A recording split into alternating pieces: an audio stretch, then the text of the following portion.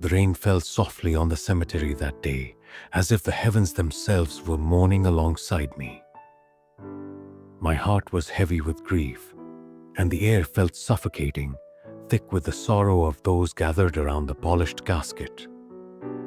My son, my little boy, my world, was gone, or at least that's what I thought. Friends, family, and neighbors stood in solemn silence, offering their condolences, patting my shoulder, whispering comforting words. I nodded, forcing a fragile smile, but my mind was elsewhere, trapped in the memory of his last laughter, the warmth of his hugs, the sound of his voice. The grief was almost physical, pressing down on me from every direction. As the minister's words droned on, I felt numb, my mind shut down from the pain. Then, amid the quiet sobs and whispered prayers, my phone vibrated sharply in my pocket. I glanced down automatically, expecting maybe another condolence message, another fleeting note of sympathy. But what I saw made my blood run cold. An unknown number had sent me a message. The words blinked on the screen like a jagged pulse. I'm alive. Don't trust my wife. I dropped the phone slightly, fumbling to read it again. My heart pounded. My son, alive? How could this be? And my wife, don't trust her. The words made no sense. My grief, the rain, the solemn faces around me, all of it collided with a sudden icy suspicion that left me breathless. I looked up at the mourners, trying to process what I had just read. No one noticed the change in me, the sudden hard edge in my gaze. My hands shook slightly as I gripped the phone tighter, hoping it was a mistake, a prank, or a cruel trick of someone trying to mock my pain. But something in the message felt urgent, real. The unknown number had written it with a conviction I couldn't ignore. My son, alive? And why would anyone warn me about my wife? A sense of unease crept over me, wrapping around my chest like a vice. The funeral continued around me. People weeping, ministers speaking, flowers arranged, and yet I felt suspended in a strange limbo, half in grief, half in disbelief, half in fear of what this text could mean. The day I thought was the end had suddenly become a puzzle. And I knew, deep down, that I couldn't ignore this message. Not if I ever wanted the truth about my son. After the funeral ended, I couldn't shake the message from my mind. Every condolence, every pat on the back, every whisper of comfort felt hollow. My son, alive? And why the warning about my wife? The questions churned inside me like a storm, refusing to let me rest. Once we returned home, I sat in the quiet of my study, phone in hand, staring at the unknown number. Who could have sent it? And why now, at the exact moment I was burying my son? I knew I couldn't ignore it. Grief could wait. I needed answers. I dialed the number cautiously, my hand trembling slightly. A click, then a calm, unfamiliar voice answered. You have to trust me, it said low and urgent. Your son is alive. But if you go to the police first, it could be too late. My mind went blank. Alive? This couldn't be real. And yet the certainty in the voice, the desperation, it felt genuine. My instincts, honed over years of life's challenges, told me this was no prank. Someone was warning me, and I had to listen. The caller refused to give their name, but they promised proof. I'll send something that only you would recognize, the voice said. Within minutes, a photo arrived. My stomach sank as I saw him. My son alive, sitting in what appeared to be a small safe house. The boy smiled faintly, the same mischievous grin he used to flash when hiding from me during our games. I stared at the screen, my heart hammering. It was him. alive. My grief, my mourning, suddenly twisted into fear, confusion, and rage. Who had orchestrated his disappearance? And why had my wife lied to me? I had to act carefully. I couldn't tell anyone, not the police, not family. The text had warned me, don't trust my wife. But who could I trust? My thoughts spun as I tried to form a plan. I decided to investigate quietly, tracing the photo's metadata, looking for clues, and observing my wife's actions without letting her know. Every glance she gave me, every small gesture suddenly seemed suspicious. And then I realized the person who had sent the text might be the only lifeline I had to finding my son. The day that had started as a funeral now became the first step of a dangerous, tense investigation that could change everything. Days passed, but I couldn't think about anything else. Every moment was consumed by that single, haunting message. Who had sent it? Why had my wife lied?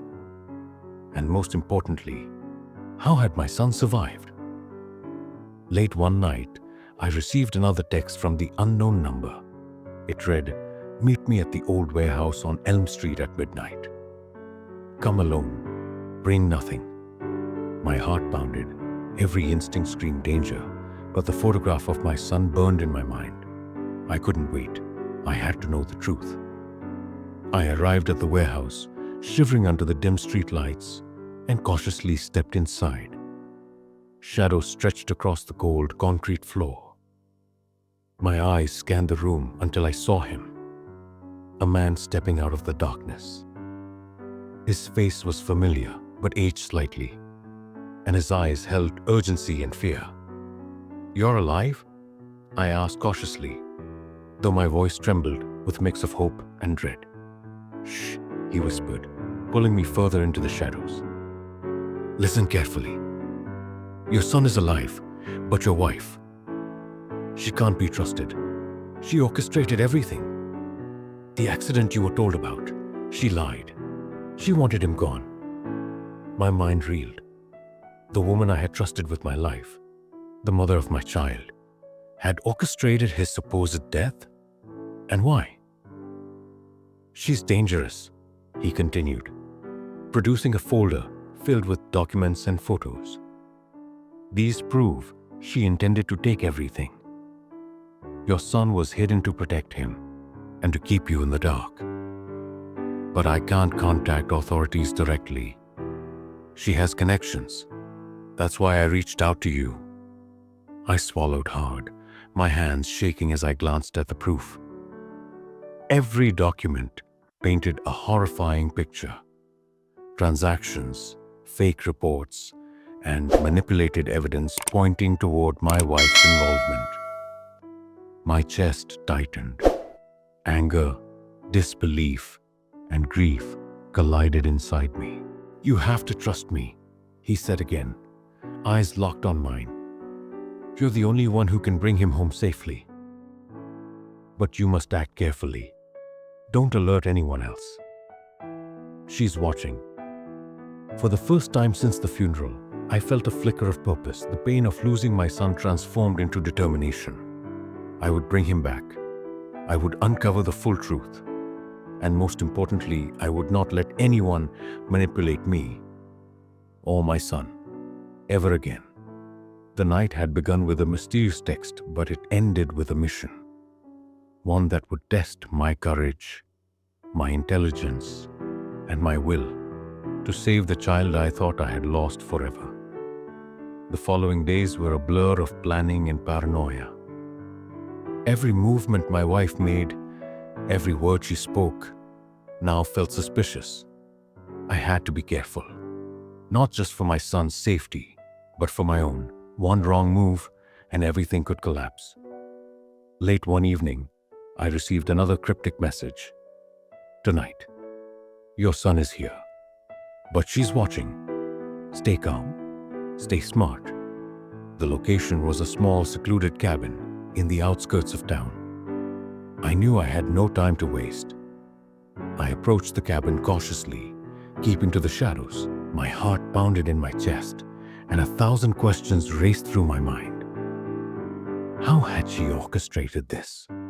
Why did she want him gone?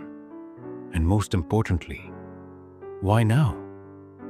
Inside the cabin, the room was dimly lit, just enough to reveal my son huddled in the corner, wide-eyed and pale but alive. Relief surged through me, and I rushed forward, but then I froze. My wife stepped out of the darkness, calm and composed, her eyes cold. "I see you found him," she said smoothly, her voice dripping with calculated calm. "But it's too late. You don't understand what's at stake." I swallowed my fear. "What have you done? Why did you lie?" She smiled faintly, but it didn't reach her eyes. "You never needed to know. You'd never act fast enough. But now, here you are, and everything is on the table." I glanced at my son, who clung to the shadows, and felt a surge of protective anger. "I don't care about your schemes. He's my son.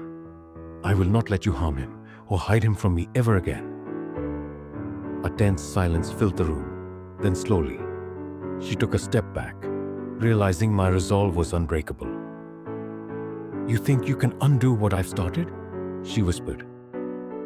"Yes," I said firmly, "because he's my son, and nothing you do will change that." The standoff was brief, intense, but the moment was clear. I was no longer a grieving parent lost in despair. I was a father on a mission, a man who had been warned, prepared, and determined. She might have hidden the truth, manipulated the system, and tried to control the narrative. But she had underestimated the bond between a parent and a child, and for the first time since the funeral, I felt a flicker of hope and a certainty that I would bring my son home safely, no matter the cost. The tension in the cabin was unbearable. My wife's gaze held a mixture of fear and defiance, while my son hid partially behind me, trembling but alive. I took a deep breath and knew there was only one way forward: confront the truth, piece by piece. I held up the folder of evidence the mysterious texter had sent me. "I know everything," I said calmly but firmly. "The fake accident reports, the financial manipulations, the lies you've been feeding everyone. I know you plan to disappear with him, or worse, but I will not let you succeed." Her composure faltered slightly, just enough for me to see the cracks in her carefully constructed facade. "You don't understand," she said softly, almost pleading. "Everything I did was for security, for protection." "You wouldn't have understood," I shook my head. "No, you lied. You manipulated. You almost cost me my son. That's not protection. That's betrayal." My son stepped forward, clutching my hand. "Dad, I was scared," he whispered, eyes wide. Relief and fury collided inside me. I knelt, wrapping my arms around him tightly. "I'm here now," I said, my voice breaking with emotion. "You're safe and we're leaving. Together?" For a moment, my wife remained frozen. Then finally, she sank into a chair, defeated. Her schemes unraveled in the face of the truth, and the power she thought she held over us dissolved. I called the authorities, not to punish rashly, but to ensure protection and accountability. The mysterious texter, whose intervention had saved my son, remained anonymous but left behind enough evidence to expose the full extent of my wife's actions. Days later, the investigation concluded. My son was safe, and the lies that had threatened our family were uncovered. Friends and family rallied around us, offering support and relief. I finally allowed myself to breathe, to grieve properly, and rejoice in the fact that my child was alive. The experience left scars, yes, but it also left a profound lesson. Vigilance, courage, and listening to the warnings, even from unknown sources, can save lives. What had begun as a funeral, shrouded in grief, transformed into a story of revelation, survival, and the unbreakable bond between a parent and a child. And as I held my son close, I realized something powerful. Even in the darkest moments, the truth has a way of finding its way to the light. Thank you so much for watching this story till the end. I hope you enjoyed it and maybe even learned something from it. If you'd like to hear more stories like this, full of life lessons, drama, and emotions, make sure to hit that subscribe button and turn on the notification bell so you'll never miss an update. Your support means the world, and it helps me keep bringing you more inspiring and unforgettable stories. Stay tuned, because more amazing stories are on the way.